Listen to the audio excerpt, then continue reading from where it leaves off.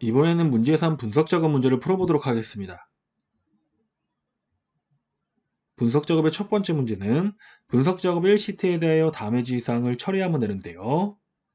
부분합 기능을 이용하여 신입사원 응시 결과표에 그림과 같이 성별별로 서류와 면접 그리고 자격증의 최대값과 총점의 평균을 계산하면 됩니다.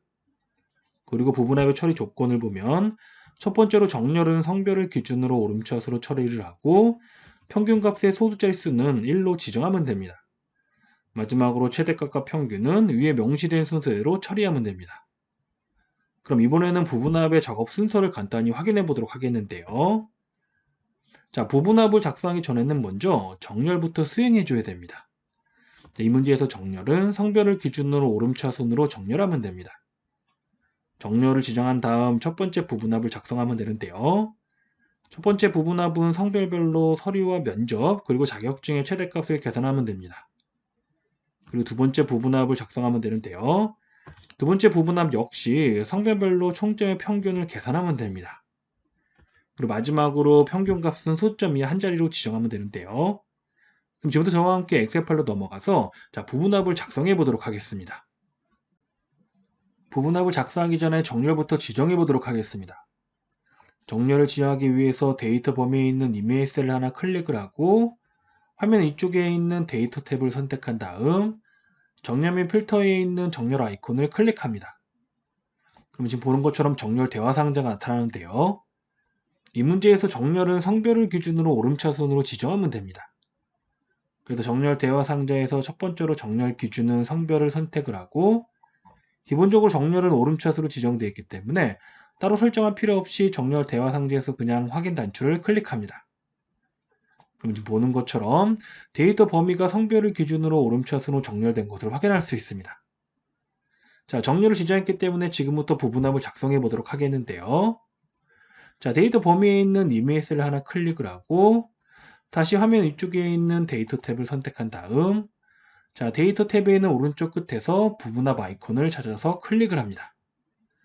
그럼 지금 보는 것처럼 부분합 대화 상자가 나타나는데요. 자, 이 문제에서 첫 번째 부분합은 성별별로 서류와 면접 그리고 자격증의 최대값을 계산하면 됩니다. 그래서 부분합 대화 상자에서 그룹할 항목으로는 성별을 찾아서 선택을 하고 사용할 함수로는 최대값을 선택합니다. 그리고 부분합 계산 항목에서는 서류와 면접 그리고 자격증은 선택을 하고 총점은 해제를 합니다. 그리고 부분합 대화 상자에서 확인을 클릭하게 되면 지금 보는 것처럼 성별별로 서류와 면접 그리고 자격증의 최대값이 계산된 것을 확인할 수 있습니다. 자, 지금까지 첫 번째 부분합을 작성해 보았고요. 바로 두 번째 부분합을 작성해 보도록 하겠습니다. 다시 데이터 범위에 있는 이메일 셀 하나 선택을 하고 자, 데이터 탭에 있는 윤곽선에서 부분합 아이콘을 클릭합니다. 자, 그럼 다시 부분합 대화 상자가 나타나는데요. 이 문제에서 두 번째 부분합은 성별별로 총점의 평균을 계산하면 됩니다. 그래서 그룹할 항목으로는 성별을 그냥 두면 되고 사용할 함수란에서는 평균을 찾아서 선택을 합니다. 그리고 부분합 계산 항목에서는 서류와 면접, 자격증은 해제를 하고 총점만 체크를 합니다.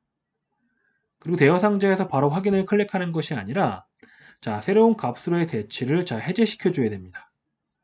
자, 두 번째 부분합 대화 상자에서 새로운 값으로의 대치를 해제하지 않고 그냥 확인을 클릭하게 되면 자, 먼저 구한 최대값은 삭제가 되고 평균값만 표시가 됩니다. 그래서 반드시 두 번째 부분합 대화 상자에서는 이 새로운 값으로 대치를 해제시켜 줘야 됩니다. 이 상태에서 확인을 클릭하게 되면 자, 지금 보는 것처럼 최대값 위쪽에 성별별로 총점의 평균이 계산된 것을 확인할 수 있습니다. 그럼 이번에는 마지막으로 평균값을 수점 이하 한 자리로 지정해 보도록 하겠는데요. 먼저 평균값이 입력된 셀들을 컨트롤 키를 누른 상태에서 마우스를 이용해서 선택을 합니다. 그리고 마우스 오른쪽 버튼을 클릭한 다음 아래쪽에 있는 미니 도구 모음을 이용해서 수점 이하 한 자리로 지정해 주면 됩니다. 자, 지금 현재 수점 이하가 하나, 둘, 셋, 네 자리까지 지정되어 있기 때문에 자릿수 줄임을 한 번, 두 번, 세 번 클릭을 해서 소수점이 한 자리로 만들어주면 됩니다. 지금까지 저와 함께 부분합 작업을 해봤고요. 다음으로는 분석 작업의 두 번째 문제를 확인해 보도록 하겠습니다. 분석 작업의 두 번째 문제는 분석 작업 ECT에 대하여 다음의 지시사항을 처리하면 되는데요. 정렬 기능을 이용하여 상공회원 관리현황표에서 거주 지역을 서교동, 성산동, 합정동, 망원동 순으로 정렬을 하고 동일한 거주 지역인 경우 가입 연도의 셀 색이 RGB 146, 208, 80인 값이 위에 표시되도록 정렬을 지정하면 됩니다. 그러면 정렬의 작업 순서를 간단히 확인해 보도록 하겠는데요. 이 문제에서 정렬 기준은 총 두 가지입니다. 그래서 정렬 대화 상자를 호출한 다음 첫 번째 정렬 기준을 지정하면 되는데요. 첫 번째 정렬 기준은 거주 지역을 기준으로 서교동, 성산동, 합정동, 망원동 순으로 지정을 하면 됩니다. 다음으로 두 번째 정렬 기준을 지정하면 되는데요. 자, 두 번째 정렬 기준은 가입 연도를 기준으로 셀색 RGB를 146, 208, 80으로 지정하면 됩니다. 그럼 지금부터 저와 함께 엑셀 파일로 넘어가서 이 두 가지 정렬 기준을 지정해 보도록 하겠습니다.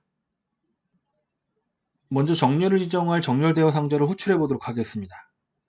데이터 범위에 있는 이메일 셀을 하나 선택을 하고 화면 이쪽에 있는 데이터 탭을 선택한 다음 정렬 및 필터에 있는 정렬 아이콘을 클릭합니다. 그럼 지금 보는 것처럼 정렬 대화 상자가 나타나는데요. 자, 이 대화 상자에서 첫 번째로 지정할 기준은 거주 지역을 서교동, 성산동, 합정동, 망원동 순으로 지정하는 것입니다. 그래서 정렬 기준에서 거주 지역을 선택을 하고 자, 서교동, 성산동, 합정동, 망원동 순이란 것은 오름차순도 아니고 내림차순도 아닙니다. 이럴 경우에는 사용자 지정 목록을 이용해서 정렬 기준을 추가해 줘야 되는데요. 자, 오른쪽에 있는 정렬란을 클릭한 다음에 자, 아래쪽에 있는 사용자 지정 목록을 선택을 합니다. 그럼 지금 보는 것처럼 사용자 지정 목록 대화 상자가 나타나는데요. 이 대화 상자의 목록 항목란을 클릭한 다음에 이곳에 직접 서교동 자, 입력하고 콤마 성산동을 입력하고 콤마 합정동을 입력하고 콤마 마지막으로 망원동을 입력을 합니다. 그리고 오른쪽에 있는 추가 단추를 클릭하게 되면 자, 사용자 지정 목록란에 아이고 서교동 잘못 입력했네요. 다시 할게요. 이렇게 잘못 입력했을 경우에는요. 자, 해당 목록을 선택을 하고 삭제를 클릭해서 자, 목록을 삭제해 버립니다. 그리고 다시 입력해 주면 되는데요.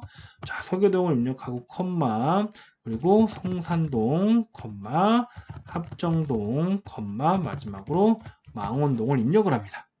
그리고 다시 추가 단추를 클릭하게 되면 자, 사용자 지정 목록에 서교동과 성산동, 합정동, 망원동 순으로 정렬되는 정렬 기준이 추가된 것을 확인할 수 있습니다. 자, 그리고 사용자 지정 목록 대화 상자에서 확인을 클릭해 줍니다. 자, 첫 번째 정렬 기준을 지정했기 때문에 바로 두 번째 정렬 기준을 지정해 보도록 하겠는데요. 자, 두 번째 정렬 기준은 가입 연도의 셀 색이 RGB 146, 208, 80으로 지정하면 됩니다. 그래서 왼쪽 상단에 있는 기준 추가를 클릭한 다음 자, 이번에는 기준을 가입 연도를 찾아서 선택을 합니다. 그리고 오른쪽에 있는 정렬 기준에서는 셀 색을 선택을 하고 자, 마지막에 있는 정렬에서는 자, RGB 146, 208, 80을 찾아서 선택을 합니다. 자, 지금처럼 정렬 기준을 지정한 다음 자, 확인을 클릭하게 되면 자, 지금 보는 것처럼 거주 지역을 기준으로 서교동, 성산동, 합정동, 망원동 순으로 정렬이 되었고 그리고 같은 거주 지역 내에서는 자, 셀색 RGB가 입력되어 있는 셀이 위쪽에 표시된 것을 확인할 수 있습니다. 자, 지금까지 저와 함께 분석 작업 문제를 풀어보았습니다.